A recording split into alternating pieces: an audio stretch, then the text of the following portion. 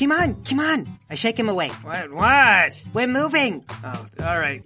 Let me listen for a bit. I put my ear to the ground and try to feel out the sounds. There's a lot of them. Even with your super senses and the fact that you can normally tell something's shape just by hearing it, listening to the entire ship like this is like trying to look at a whole painting and take in every detail at once. But you have time. So gradually you isolate the noises and try to determine what each thing is. As it goes on, you can tell the propellers, the knocking of cargo inside the holds, even the sound of the plumbing inside the ship when a toilet gets flushed. Listening for criminal wrongdoing inside of this box is probably not going to work as your most important takeaway. You might hear something, but the constant strain of trying to separate and understand all the noises is going to be too much for too long. All right, I think I got a sense for the ship, but we're probably going to need to poke around proactively. Which means what? Which means you aren't going to be dead weight. We should see if we can get up on the bridge, for one, or into Captain Guei's personal quarters. Maybe see if there's an officer's lounge. We'll sweep and spy as much as we can, then go back to the crate to rest. Might not be an entirely dull 2 weeks, actually. Lightshow says, getting out of the crate safely will be the hardest part. I need to see what I'm trying to make an image of. Yeah, we'll have to pop out only when it's clear. That's why I picked a spot the bridge won't be able to see. Right now, we seem to be in the clear, and there's no one outside the immediate area. You want to go out? Well, what are we looking for exactly? Just to get a lay of the vessel and make some notes for good fallback zones. In a panic, I'd like to have places where we can all teleport to without thinking, so that's our current objective. We'll find safe spots, probably in elevated locations, not in the way of the crew, and when we look out from those places, we'll need to be able to do it so the bridge sees the illusion and not us. Using Paul's extrasensory ability, the team is able to jump from place to place and get an easy mapping of the exterior ship, but needs to take quite a lot more care with the interiors where there's a risk of accidentally running into someone. That winds up being slow going, and for the most part everyone is busy with their duties aboard the ship. That is, until you stumble into the cafeteria where you find two familiar individuals. Howard and Mercury are sitting at one end of a table playing Go Fish. It's kind of a funny sight because Mercury's in his villain costume and Howard is just in his normal street clothes, but you're able to teleport into a corner and just listen in. Oh my god, Kiman was right. Well, thank you for that. But actually, I didn't project that Mercury himself would be on board, just that they'd be smuggling something. You know what? You're right. That's right, I'm right. I'm right about everything. Mercury asks for it too. Howard says Go Fish, and Mercury says, "You know, I don't really like Go Fish." Howard says, "We could try Old Maid." And Mercury says, "It's almost the same game. It's luck-based. I prefer games of skill, one in which my superior intellect prevails." Howard says, "Next time I'll think to bring a handheld and we can play a co-op game or something. I don't know." Mercury throws his cards down. "Electronics rot the brain. So many games try to set the terms for you. What we should have brought was a good book, something delectable and open to interpretation so that we could have a spirited debate over its inner workings." Howard starts collecting the cards and putting them away. "Well, yeah, okay. That sounds good. What book should we get?"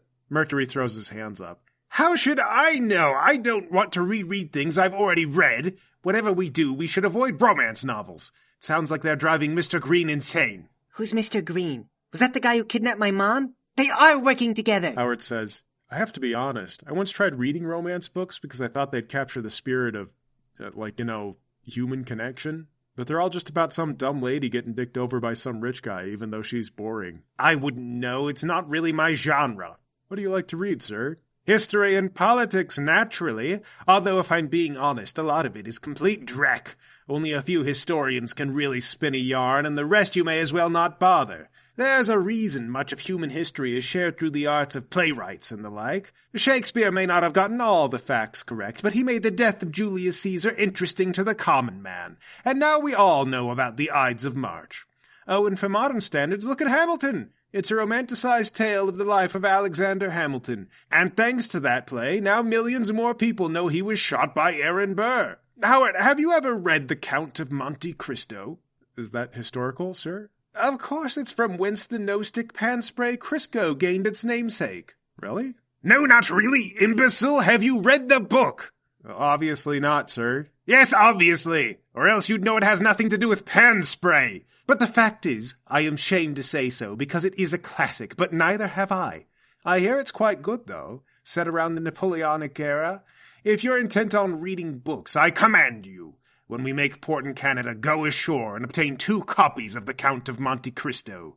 Together we will form a small yet unstoppable book club." "Yes, sir. But in the meanwhile, What do you want to do? I don't know. How about paper football or something? And then it just kind of goes on like this, while you feel somewhere in your heart that villains should really be discussing their evil plans in a way that is clear and actionable to you. Kimon, as someone who does surveillance all the time, this sort of boring inanity is pretty much the job all in spades. All right, let's double back and recuperate. We've looked around. We have some stuff to discuss. But Mercury is right there. He's probably about to give up the entire scheme any minute. You know, one thing I'll tell you, and this is important, have you ever really given thought to yogurt? It's like a food that should be fully unintended for humans, and yet we put strawberries in it. Look, we'll keep an eye on him. Let's just get back to the box for now. But... Or do you want to argue in the corner until he notices that we're here? Okay, fine. You guys carefully hop back to the shipping container and turn on a light. He was right there. The guy we've been looking for this entire time. In fact, I think if I'm not mistaken, that's the first time that I've ever seen him up close. Really? Yeah, I've never... Yeah, for me. Lightshow says, yeah, this is my first time too. I've only read briefs. And he's dangerous, right? Yeah, it turns into liquid mercury. And as a starter, that means we'll never catch him with our bare hands, even with the element of surprise. Maybe Lightshow could make an illusory box? Oh, I wish, but exerting force with my illusions for a prolonged stretch is a lot of work. I get tired not too long, especially if you were really fighting me. There's also the issue of Howard. Right, well, you'll fight Howard. Lightshow and I can focus on Mercury. Mercury is a guy you can't catch. And one-on-one, Howard may not have as much finesse and experience, but he does have strength and stamina. Beating him in a fair fight would not be easy. And for that matter, I propose that we don't ever give our enemies a fair fight. We also have to remember that there's the crew to think about. It's uncertain what Captain Guei can do when he gets involved. Guei, Howard, the crew, and Mercury, it's all way too much. Even if it were feasible, I don't like playing the odds. Honestly, even with Lowry supporting an ambush at the end of all this, I don't feel good about it. Well, so he'll call the police. We'll get backup. The whole point of what Lowry wants is to make the company look good and do this without help from the police, right? Okay, look, let's not sit around and speculate on what Lowry would and would not do. I'm going to call him on the radio. You get out the radio and dial to Lowry's frequency. Lowry, you're snacking on the bridge of the fortress when you hear Elvis's voice. Hello? Lowry? Are you reading? Yeah, loud and clear, Elvis. I'm just sitting up here eating peanuts. What's up? Well, we've got an update. We found Mercury and Howard on board the ship. Seriously? Oh, that's great. We'll decapitate the whole organization. The problem is, though, we're gonna need support. I guess that last time Howard did bubble me in Lightshow, so I mean, I can get out of the bubble, but I don't remember what happened after that. You got knocked out. Yeah, I guess I got knocked out. Okay, but this time, we have the element of surprise. Well, we will, but maybe could we contact the local police or the FBI and get a little more support on this? Really? But you have no guarantee that Mercury and Howard are still going to be on board after they dock in Canada. Maybe, could you get on a plane and meet us in Canada? We're not really licensed exactly to do law enforcement across the border. Wait, so does that mean that while we're in Canada we're breaking the law? Well, not any American laws. But Canada might be mad. International stuff can be pretty tricky, I'm not gonna lie. The point is that it's better to try not to spring the trap in Canada. Look, Lowry, the pragmatic thing is to stick to the plan and do the arrest when we get back to port in New Jersey-Delphia. But there's too much force aboard the boat, and we need cooperations from other arms of law enforcement. That's not really ideal if you can think of a better way. Something better than the most common-sense option. I thought it was you who was saying that if Guei gets a tip-off, the whole thing gets blown. All right. Okay, you actually got me on that one, yes. There you go. Well, then we gotta separate these guys and pick them off somehow. Yeah, divide and conquer, I like it. Oh, you like it, do you? Yes. What do you like about it? That you divide them and then conquer, Kimon? I don't know what you're getting at. What's not to like about that? That all I suggested is vaguely that we do it, and I haven't formulated anything actionable. But you're already sitting there like you like the thing. Oh, you're contributing. Well, I'm liking it a whole lot less now. All right, look. Flux, what do you know about medicine? Me? I studied bioengineering, which is not really medicine. It's more like the study of physiology. Like, I'm not a doctor. It's not medicine. Well, this place has got to have a septic tank, right? Well, yeah, it's illegal to dump human waste in the water, so naturally. Okay. Well, logically then, if we were to, say, obtain a little bit of wastewater from the septic tank and sprinkle it into Howard's food, he'd come down with a pretty nasty stomach bug and need to get dropped off in Canada, right? Okay, this is not okay. Well, you have more understanding of human physiology. Am I wrong? I have no idea how ill that might make somebody. For all I know, you're planning a murder. No, No, look, we got plenty of time. We'll add a really small amount of waste to his food, see what it does, and if he doesn't get sick, we'll add a little more the next night. This has to be easily the most evil thing I've ever heard you suggest. Look, Elvis, once we get into Canadian waters, effectively, we're spies. For a variety of reasons, the rules and types of gloves that we're regulated to wear have to change. We're not going to go around telling anybody this part of the story, at least until the statute of limitations is up, but I mean, we're going to live to tell the story. No, there has to be some other way that we disable Howard. Why does it even have to be Howard? Why don't we do this to Mercury? Because we don't want Mercury to bail out in Canada, or at all. Actually, Kimon, can I make an adjustment to this plan? How about you do that poisoning as soon as you can? It might encourage them to pull the ship into an American port. That way, Howard's still in the U.S. and we can grab him separately. So you're on board with this? Yeah, divide and conquer. Kimon, that is your own son. He made the choices that put him here. It's reprehensible. But no, this works, if you think about it. Not only will it take Howard out of the picture and make us substantially safer, Captain Guei will have to reschedule whatever pickup he's attempting. If we keep a close enough eye, we might be able to figure out who he coordinates with and how it's done, so we can prepare ahead of time and know what we're looking for. They're criminals, though. What if they leave Howard to die? I am sure, Flux, that their infirmary has antibiotics and the ability to keep him stable. But if this is not going to work, then by all means, tell me how you separate and neutralize the super individuals on this ship without getting us killed. Poisoning Howard is risky and fiendishly cutthroat, but what Mercury would do to you if we get nailed is going to be a bridge much further. I don't know. I will try to think of something, but I want it to be known that before we do this, I object to it. And if we do it, it did not sit with me. You can sit on your thumb for all I care about that. Lightshow, what do you think? Well, I don't have any other ideas. This is, I mean, let's say that there's no bad ideas. If straight-up murder were on the table, we could throw Howard overboard, and I might be able to create a convincing illusion of him to hide it for a long enough time to deal with Mercury and Guei separately. Throw him overboard? Sorry, well, I'm just, like I said, if there's no bad ideas, I'm just saying, it's not like we have a knockout spray. Why don't we just knock him out? We can keep him in here, but tied up and gagged. Flux, you cannot seriously be suggesting that food poisoning is too inhumane, but blunt force trauma to the occipital lobe is a fine and compassionate alternative. Well, at least he won't be... What, pooping himself? I mean, it depends on how hard you hit him in the brain. And let's be real, it'll depend on how hard I hit him because I'm going to be the one hitting him. I don't know how to hit a guy just hard enough to knock him out but not kill him. It's not exactly scientific. But you don't know how much fecal matter is safe for a person to consume either. I mean, you hit a man, maybe he dies, but that's not as cruel as making him... Who even knows sick with what diseases until he dies from them? Look, Flux, listen to me. Once upon a time, I changed Howard's diaper. And afterward, I got violently ill with some kind of stomach bug for a few days. I guess I didn't wash my hands well enough, but still. Think of it as just cold-served revenge. Who better than the boy's father, okay?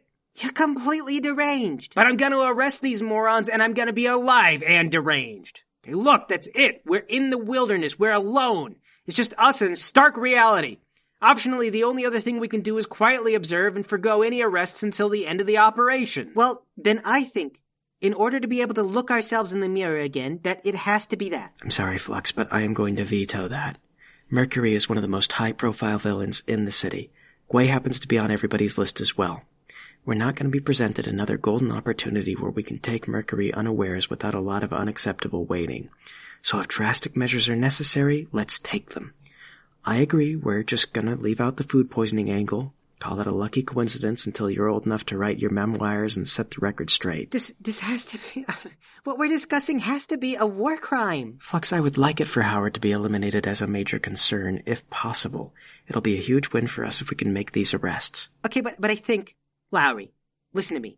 I think that Kimon is presenting a false dilemma. He's saying that we either have to poison Howard or not arrest Mercury. And it's obfuscating the third option. Which is? That we not poison Howard. Elvis, that we have expressly addressed how this plays out if we don't poison Howard. No, we didn't. Not completely. Well, if you see an alternative scenario, we'd like to hear it. I don't even think Captain Guei would fight us. And there's no reason to believe that he's dangerous. Sure, he smuggles illegal weapons, allegedly, but that does not mean that he's violent. Possibly we're looking at a crew and captain that are going to surrender as soon as we ask them to.